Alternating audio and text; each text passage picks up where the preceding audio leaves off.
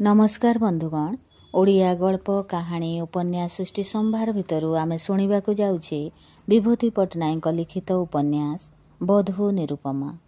आसंतु शुणिबा बधू निरुपमा। सन्यासी होई गहन अरण्य तपस्या करिबा सहज, किंतु विवाह करी घर संसार करिबा आदौ सरल कथा नुहे। सन्यासीर साधना व्यक्तिगत त्याग निष्ठा उपरे निर्भर करे, किंतु विवाहित व्यक्तिर घर संसार सफलता निर्भर करे सारा परिवार और समाज प्रति तार कर्तव्य पालन रे। अरण्य सन्यासी एकाकी, किंतु परिवार रे व्यक्ति बहुमुखी। सेथिपाई विवाह करी घर संसार करुथवा व्यक्तिर त्याग निष्ठा अरण्यर साधक सन्यासी ठारू यथेष्ट बेसी अधिक गुरुत्वपूर्ण। ए कथा और चिंताधारा निर्मलर निजस्व नुहे। जीवनर स्वल्प अवसर समय से जो अल्प समय पाए से समय से पाठ करे महापुरुषंक बाणी। सन्यासी और सामाजिक व्यक्ति संपर्क ए कथाटा को जणे महापुरुष कहिथिले। जो दिन महापुरुषंकर ए मतामतटा निर्मल पढ़िथिला से दिन अनेक व्यंगात्मक हसर प्रगल्भ तरंगरे अधरर बेलाभूमि तार उच्छ्वसित होई उठिथिला। जीवनर मर्मांतिक सत्य को सेदिन भल करी बुझी नथिला निर्मल। जीवनटा सेदिन थिला तार असीण आकाशर भासमान लघु मेघखंड भली हालुका। अनेक संभव असंभव बन्नील स्वप्न संभारे मनर आकाशटा तार रंगीन होई रहितिला। इंद्रधनुर सेई सप्तरंगी स्वप्न रे भूली से निज अनागत विवाहित जीवनर ए आलोक अंधार कथा को संपूर्ण विस्मृत होई जाइथिला। इंद्रधनुर रंग किंतु स्थायी होई रहे नाही। रात्रिर अंधकार पोछिनिए आकाशर कानभास रुए सात रंगर स्वप्न। जीवनर विवन्न कानभास उषारे फुटी उठे अदृश्य अपदेवतार हस्तांकित एक विकृत छवि, असह्य दृश्यपट। निर्जन प्राय गृहांगनर एक कोणरे चेयार उपरे बसी निर्मल निरीक्षण करी देखुथिला ता निज अनिच्छारे अज्ञातरे ता भाग्यर पट्ट उपरे केउ निष्ठुर शिल्पी आसी अंकी देइछि विकलांग विकृत एक छवि। अथच दिन केतोटी आगरू कल्पनार रंग नहीं से तार एई भाग्यपट उपरे कि सुंदर स्वप्नील छवि आंकी नथिला सते। आज तार विवाहर चतुर्थ दिवस, तरुण जीवनर बहु आकांक्षित बासर रात्रि, किंतु परिवार कौनसी गोटे स्थान रे सुद्धा हसर हिल्लोल नाही, आनंदर आवेग नाही। चारिआडे मरुर रुक्षता, श्मशानर भयावह निर्जनता। जहा किछि पूजा उत्सव पालित होईछि ताहा एकांत गतानुगतिक। सेथिरे विवाह उत्सवर उष्मता नथिला कि नववधू गृह प्रवेशर स्वाभाविक उच्छ्वास उन्मादना। निर्मल जाने ते बासर गृहरी पाखुड़ाटाए फूल भी नथिब। अतरर भुरु भुरु सुरभित बहु दूरर कथा। किछि समय आगरू निर्मल निज कानरे शुणिथिबा कथा केई पद ता कन्न कुहररे आउ थरे आसी अजाड़ी होई पड़ुथिला। एमती मोह सुखाई बसिल काईकी नानी? पुओ जेतेबेले बाहा हेलाणी से हेला घरर बोहू। बड़ बड़ुआंकु पानी देव आउ राग करी बसिले कौन हब? पुअर आजी चौठी राति, मालुणी को कुह फूल दी तोड़ा देई जाऊ। आरसाई पद्मा नुआ बोऊंक कंठस्वर। बोऊ कण उत्तर देला शुणिबा पाई उत्कन्न होई बसी रहिला निर्मल। बोऊर कंठस्वर किछि सुभिला नाही। हुएत कथा कहिदिले से विष उद्गार करिथांता। ग्रामर अपर स्त्री लोकमानक आगरे विष उद्गार करी निज पारिवारिक मर्यादा को तले पकेबा पाई से राजी हेला नाही। इति दुख भितरे भी परिवार मर्यादा कथा से पासरी देई पारि नाही। किंतु निर्मल पद्मा नुआबोऊंक कथार उत्तर आसीथिला रमा नुआबोऊंक कंठरू। हईलो पुना बोऊ, आउ चौठी राति कौन बा? भावना बो बाहाघर। कटक नई कूले नहेले सिनेमा घरे केते चौठी राति दुहें जाके पालिथिबे। आउ आजी चौठी पालिबा पाई पलंकरे फूल सजड़ा नहेले मंत्र अशुद्ध हो जाउछि। रमा नुआबोऊंक जीभटा गोटे साण दिया छुरी ନିର୍ମଳର ମନେ ହେଉଥିଲା ସେ ବସି ବସି ଆଉ କଥା ଶୁଣିଲେ ସେ କଥାର ଛୁରୀ ଧାରରେ ତା ଛାତିର କଲିଜା ଧାର ଧାର ହୋଇ ଚିରି ହୋଇଯିବ। ଶେଷ କଥା ସେ ଶୁଣି ନେଇଛି। ଦେଖା ଚାହାଁ ରାଜିରୁଜା ବାହାଘରରେ ବାସର ଫୁଲ ସେଜରେ ଆଉ ସୁର ବି ନଥାଏ। ଆଖିର ଲୁହରେ ବାସର ରାତିଟା ତାହେଲେ ତାର ସଜଳ ହୋଇ ଉଠିବ। ଶୁଣିଥିବା କଥାକୁ ଭୁଲିଯିବା ପାଇଁ ଅନେକ ଚେଷ୍ଟା କରିଛି ନିର୍ମଳ, ପାରି ନାହିଁ। ଫୁଲସଜ୍ଜାର ରାତି ତାର ଲୁହର ମୁକ୍ତାମାଳରେ ସଜା ହେବ ବୋଲି ବ୍ୟକ୍ତିଗତ ଭାବରେ ତାର ଅବଶୋଷ ନାହିଁ। କାରଣ ସେ ତାର ପରିବାରକୁ ଜାଣେ, ଭଲ କରି ବୁଝେ ମଧ୍ୟ ତା ବୋଉର ମନ କଥା। ଏଭଳି ଏକ ଝଡ଼ର ସମ୍ଭାବନା ରେଜିଷ୍ଟ୍ରି ବିବାହ କରିବା ପୂର୍ବରୁ ମଧ୍ୟ ସେ ଆଶଙ୍କା କରିଥିଲା। କିନ୍ତୁ ତାର ଦୃଢ଼ ଧାରଣା ଥିଲା ଝଡ଼ଟା ଉଠି ତା ମୁଣ୍ଡ ଉପର ଦେଇ ଚାଲିଯିବ, କିଛି କ୍ଷତି କରିବ ନାହିଁ। ନିରୁପମାକୁ ଅନ୍ତତଃ ସେ ସେହି ଧାରଣାଟା ହିଁ ଦେଇଥିଲା। କିନ୍ତୁ ଘରେ ପହଞ୍ଚିଲା ପରେ ସେ ବୁଝିଲା ବଂଶ ମର୍ଯ୍ୟାଦା, ଜାତିଆଣା ଭାବ, ସାମାଜିକ କୁସଂସ୍କାର ସମ୍ପର୍କରେ ତାର ଯେଉଁ ଭୁଲ ଧାରଣା ଥିଲା ତାହା ସହସ୍ରଗୁଣ ଭୟଙ୍କର ରୂପ ଧରି ଦାଣ୍ଡ ଦରଜା ପାଖରେ ଅପେକ୍ଷା କରିଛି। ଟେଲିଗ୍ରାମ ପାଇଲା ପରେ ବୋଉ କବାଟ କିଳି ଘରେ ଶୋଇ କାନ୍ଦୁଛି। ମାମୁଁ ଚଉପାଢ଼ୀ ଉପରେ ଗୋଡ଼ ଲମ୍ବାଇ ବସି ଗର୍ଜନ କରୁଛନ୍ତି। ପଣ୍ଡା ଘରର ଝିଅ ଆଚାର୍ଯ୍ୟ ପରିବାର ଭିତରେ କିପରି ପ୍ରବେଶ କରିବ ମୁଁ ଦେଖିବି। ହଁ, ମୁଁ କହି ରଖୁଛି, ମୋ ପିଣ୍ଡରେ ପ୍ରାଣ ଥିବା ଯାଏ ଏକଥା ସମ୍ଭବ ହେବ ନାହିଁ। ନୀଳାମ୍ବର ଭାଇନା ମରିଗଲା ବୋଲି କ'ଣ ଚତୁର୍ଭୁଜ ମିଶ୍ର ମରିଗଲା? ଯଦି ସେମାନେ ଏ ଘର ଭିତରକୁ ଯିବେ ତେବେ ମୋ ମଲା ଦେହ ଉପରେ ପାଦ ରଖିଯିବେ। ମଣିଷର ଧମକେ ନୁହେଁ, ସିଂହର ଗର୍ଜନ। ମାମୁଁ ଚତୁର୍ଭୁଜ ମିଶ୍ରଙ୍କୁ ଭଲ କରି ଜାଣେ ନିର୍ମଳ। କାଉଁରିଆ କାଠି ଭାଙ୍ଗିଯିବେ ପଛେ ନଇଁବେ ନାହିଁ। ତେଣୁ ତାଙ୍କ କଥା ଶୁଣି ଛାତି ଭିତରଟା ତାର ପ୍ରକମ୍ପିତ ହେଉଥିଲା। ଅନୁଭବ କରି ଦେଖୁଥିଲା ନିରୁପମାର ହାତଟା ମଧ୍ୟ ଝାଳେଇ ଉଠିଛି। ଗୃହ ପ୍ରବେଶର ପ୍ରଥମ ଝଡ଼ ବହିଗଲା। କ୍ଷତ ଚିହ୍ନ ରହିଗଲା ମନରେ। ଗ୍ରାମ ଲୋକେ ବୁଝେଇ ଦେଲା ପରେ ଆଚାର୍ଯ୍ୟ ପରିବାରର ସଦର ଦରଜା ପଣ୍ଡାଘର ଝିଅ ପାଇଁ ଉନ୍ମୁକ୍ତ ହୋଇଯାଇଥିଲା। ସାତ ପର ଅପରାଧୀ ଭଳି ନିର୍ମଳ ପ୍ରବେଶ କରିଥିଲା ନିଜ ଗୃହରେ। କିନ୍ତୁ ବାହାରର ଠାରୁ ଗୃହର ଅଭ୍ୟନ୍ତରଟା ଯେ ଏଡ଼େ ଅନ୍ଧକାର ସେ କଥା କେବେ ତାର କଳ୍ପନାକୁ ମଧ୍ୟ ସ୍ପର୍ଶ କରିନଥିଲା। ଭଲ ପାଇବାର ଭ୍ରମ ପାଇଁ ତାକୁ ଯେପରି ଶାସ୍ତି ଗ୍ରହଣ କରିବାକୁ ହେବ ସେ କଥା କେବେ ହେଲେ ସେ ଚିନ୍ତା କରିନଥିଲା। ନିର୍ମଳର ମନେ ହେଉଥିଲା ପାପଠାରୁ ପ୍ରାୟଶ୍ଚିତ ତାର ବଳି ପଡ଼ିଛି। ଯେଉଁ ପରିବାରରେ ସେ ଏତେ ବଡ଼ ହେଲା, ହସିଲା, ଖେଳିଲା, ବୁଲିଲା, ଯେଉଁ ସମାଜକୁ ସେ ପିଲାଦିନୁ ଆଜି ଯାଏ ଦେଖି ଆସିଥିଲା, ସେ ପରିବାର ସେ ସମାଜ ବିଷୟରେ ଭଲ କରି ନ ଜାଣି ନ ଶୁଣି ଗୋଟିଏ ଝିଅ ମନରେ ଏତେ ପ୍ରତ୍ୟୟ ଆଣିଦେବା ଠିକ୍ ହୋଇନାହିଁ। ନିମୁ, ରାତି ହୋଇଯାଉଛି ଯେ। ପଦ୍ମା ନୂଆବୋଉଙ୍କ କଣ୍ଠସ୍ୱର। ଚମକି ଚାହିଁଲା ନିର୍ମଳ। ରାତ୍ରି ସତରେ ବେଶୀ ହୋଇଯାଉଛି।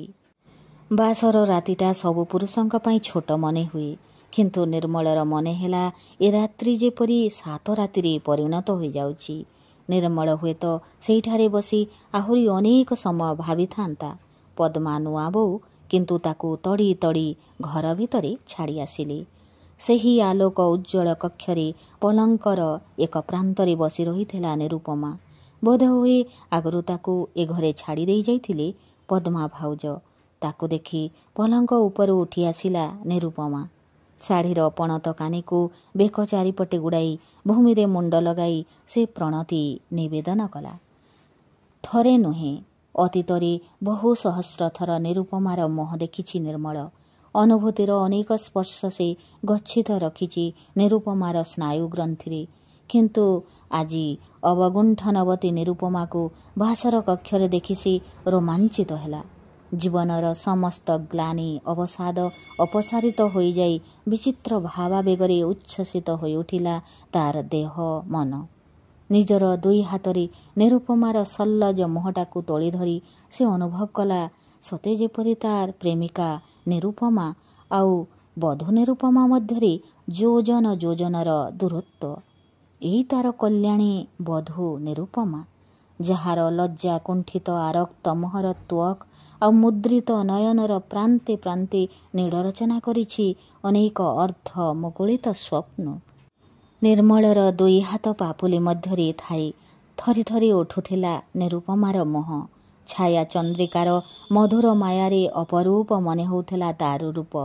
ସ୍ୱଗତୋକ୍ତି କଲା ଭଳି କ୍ଷୀଣ ସ୍ୱରରେ ନିର୍ମଳ କହି ଉଠିଲା, ଏ ଘରେ ଚନ୍ଦନର ସୁରଭି ନାହିଁ, ନାହିଁ ବି ମଲ୍ଲୀ ଗୋଲାପର ସ୍ତବକ। ଏ ବାସର ରାତ୍ରି ଏକ ଅଭିଶାପର ରାତ୍ରିରେ ପରିଣତ ହୋଇଗଲା ନିରୁ। ନିର୍ମଳ ପାଟିରେ ହାତ ଦେଇ ଚୁପ୍ କରିଦେଲା ନିରୁପମା। କହିଲା, ଛି ସୁନାଟି ପରା, ଆଜି ପରା ଦିନରେ ଏମିତି କହନ୍ତି? ନିର୍ବାକ ହୋଇ ନିରୁପମାକୁ ଚାହିଁ ରହିଲା ନିର୍ମଳ। ଝରକାର ପରଦା ଟେକି ଦେଇ ନିରୁପମା କହିଲା, ଏଇ ଦେଖ ଆକାଶରେ ଚନ୍ଦ୍ର କେତେ, ଜ୍ୟୋତ୍ସ୍ନା କେତେ। ଧୀର ସମୀରଣରେ କି ବିଚିତ୍ର ସ୍ପର୍ଶାନୁଭୂତି। ମାଲୁଣୀ ସିନା ଫୁଲ ଦେଇନି, ହେଲେ ଆକାଶରେ ତାରା ଫୁଲର ଝୋଟିଚିତା ଲେଖିବାକୁ ପ୍ରକୃତି କ'ଣ ଭୁଲି ଯାଇଛି? ମଧୁଚନ୍ଦ୍ରିକାରେ ଏଇ ରାତ୍ରିର ଅଙ୍ଗନକୁ ସ୍ୱପ୍ନୀଳ କରି ତୋଳିଛି ଚନ୍ଦ୍ର। ପ୍ରକୃତି ଆମ ପାଇଁ କୃପଣ ନୁହେଁ, ଆମେ ତ ପ୍ରକୃତିର ସନ୍ତାନ। ସ୍ୱପ୍ନ ଦେଖିଲା ଭଳି ନିର୍ମଳ ଠିଆ ହୋଇ ରହିଥିଲା କେବଳ। ଏତେ ନିନ୍ଦା, ଏତେ ଅପମାନ ପରେ ବି ନିରୁପମାର ନିଭୃତ ମନରେ ଏତେ କବିତା ଛପି ରହିଥିଲା।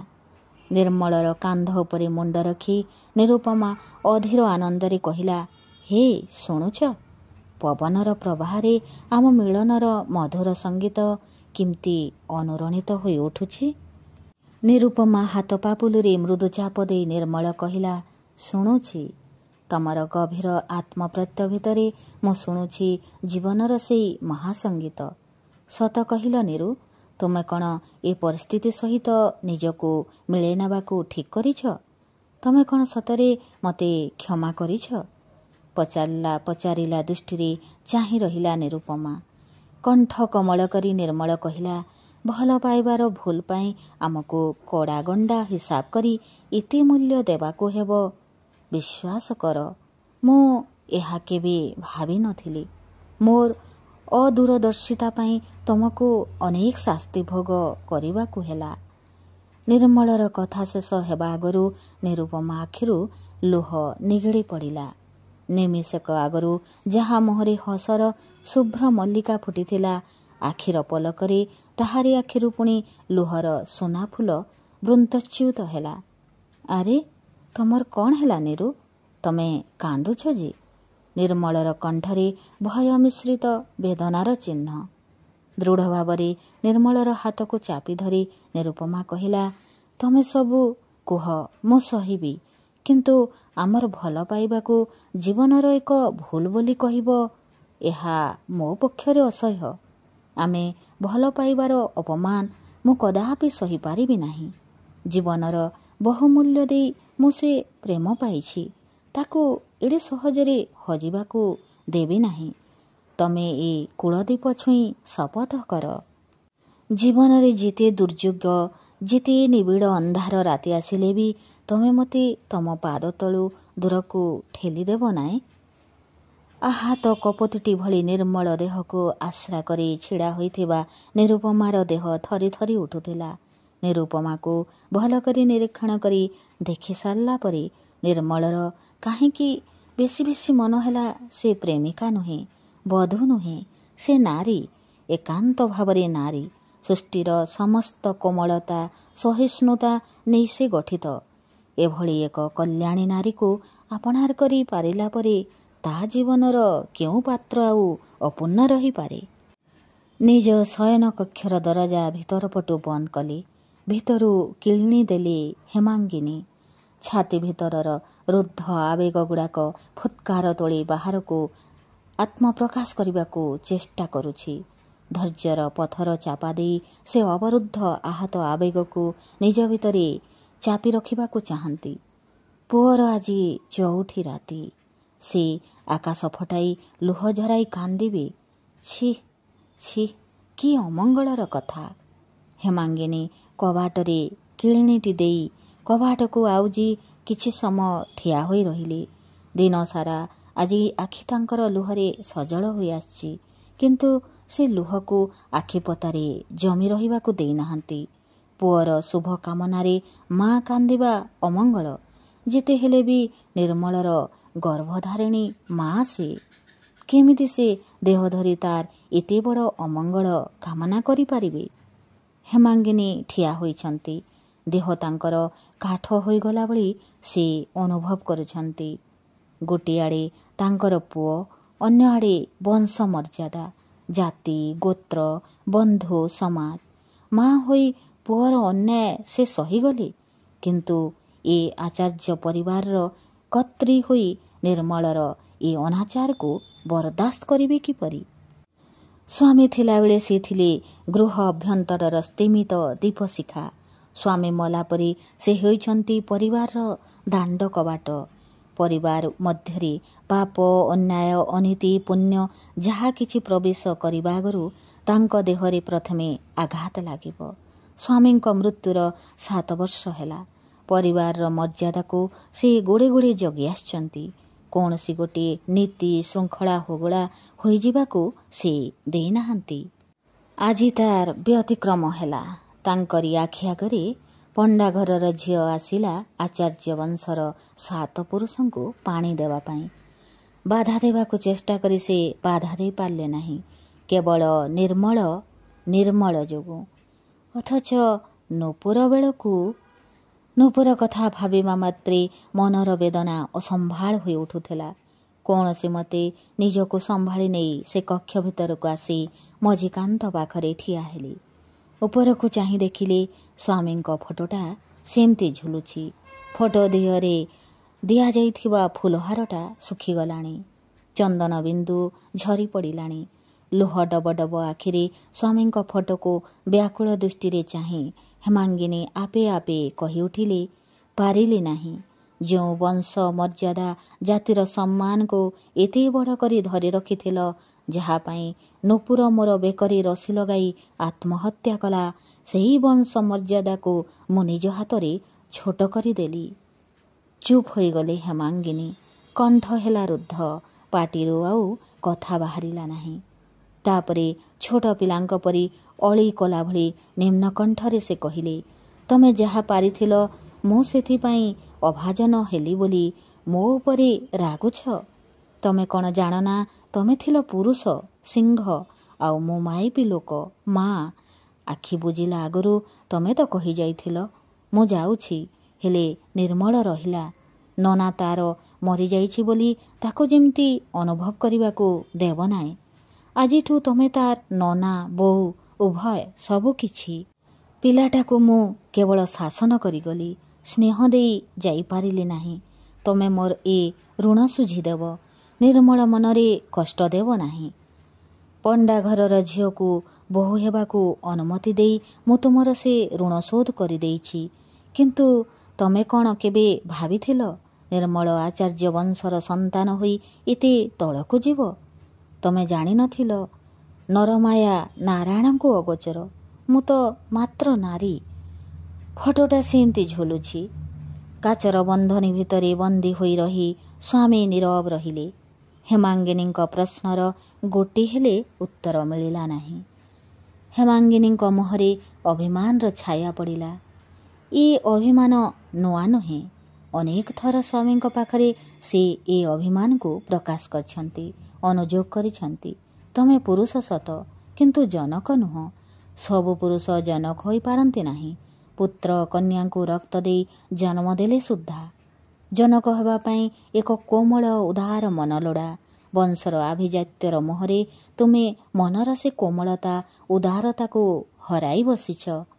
ତମର ନିଷ୍ଠୁରତା ପାଇଁ ନୂପୁର ମୋର ବେକରେ ରସି ଲଗାଇ ଆତ୍ମହତ୍ୟା କଲା।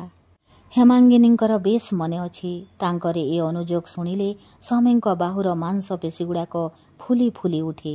ନିଶ୍ୱାସର ଗତି ହୁଏ ପ୍ରଖର। ସାରା ମୁହଁଟା ଅସହ୍ୟ ଏକ କଠୋରତାରେ ରୁକ୍ଷ ହୋଇ ଉଠେ। ଅସ୍ଥିର ଭାବରେ କକ୍ଷରେ ପଦଚାରଣ କରୁ କରୁ ସେ କହନ୍ତି, ଏ ବଂଶର ମର୍ଯ୍ୟାଦାକୁ କ୍ଷୁଣ୍ଣ କରିବାର ଅଧିକାର ମୋର ନାହିଁ ହେମାଙ୍ଗିନୀ। ତମର ନାହିଁ, କାହାରି ନାହିଁ। ତମେ ତ ଆମ ବଂଶର ସେ ଇତିହାସ ତାଳପତ୍ର ପୋଥିଟା ଦେଖିଛ। ଏତେ ବର୍ଷର ସେ ସୁବର୍ଣ୍ଣ ଇତିହାସରେ ଏ କଳଙ୍କର ଅଧ୍ୟାୟ ମୁଁ ଯୋଗ କରିଯିବି କେମିତି? ଏ ବଂଶର ପୁଣ୍ୟ ଯୋଗୁଁ ଆମର ଏ ଧନ ସମ୍ପଦ। ଆଉ ମୁଁ କହି ରଖୁଛି, ଯେଉଁଦିନ ଏ ବଂଶର ଗତି ନିମ୍ନମୁଖୀ ହେବ, ସେଦିନ ଏହି ଐଶ୍ୱର୍ଯ୍ୟର ଲକ୍ଷ୍ମୀକୁ ବାଟ ଓଗାଳି କେହି ଅଟକାଇ ରଖିପାରିବେ ନାହିଁ। କ୍ଷୀଣ କଣ୍ଠରେ ପ୍ରତିବାଦ କରିଥିଲେ ହେମାଙ୍ଗିନୀ।